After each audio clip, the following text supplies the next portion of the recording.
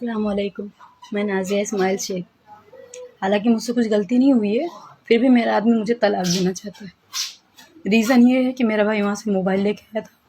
वो पैसे माँग रहा है कि पैसे मुझे मिल जाएँगे, उसके बाद में मैं मोबाइल वापस दूँगा।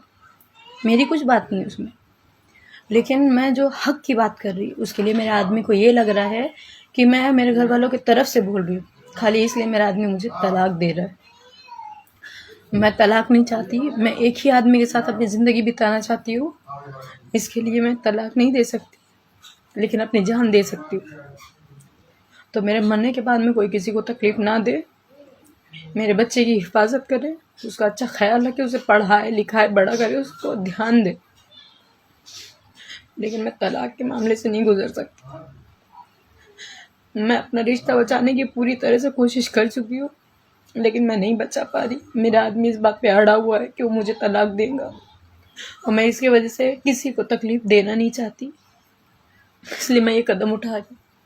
इसमें ना मेरे माँ बाप की गलती है, ना मेरे भाई बहन की गलती है, किसी की गलती नहीं। ये मेरे नसीब की गलती है, शायद मेरे नसीब में यही लिखा था, इसलिए कदम उठा रही हूँ। तो प्लीज़ मेरे जाने के बाद में कोई किसी को तकलीफ मत देना, किसी को तकलीफ ना हो, इसलिए मैं ये कदम उठा रही हूँ। मैं तलाक नहीं चाहती, मैं उनसे मोहब्बत करती हूँ, करती थी, करती रहूँगी।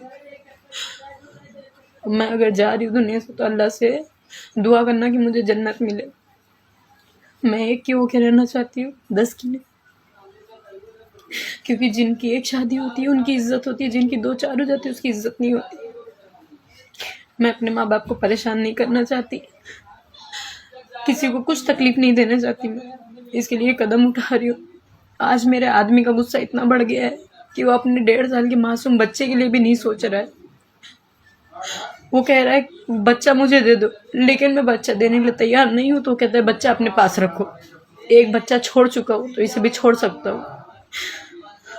मुझे नहीं पता ये हिम्मत कहाँ से आ रही है, लेकिन ये पता है मुझे पता है कि हिम्मत कहीं ना कहीं से तो आ रही है उनको। ऐसी कुछ गलती नहीं करी मैंने।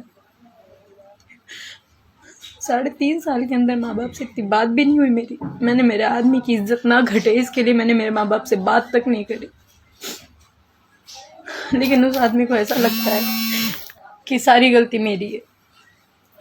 इतने दिनों में मेरा बच्चा भी हुआ ऑपरेशन से, मेरा अबॉर्शन भी हुआ, मैं बहुत सी तकलीफों से गुजरी, लेकिन माँ बाप को फोन लगा के नहीं बताई।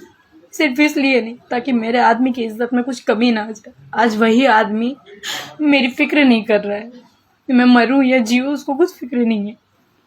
मैं किस तकलीफ से गुजर रही हूँ उसे कुछ फिक्र नहीं है।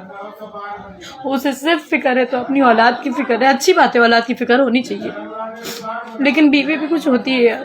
3-3.5 साल बहुत बड़ी चीज होती है।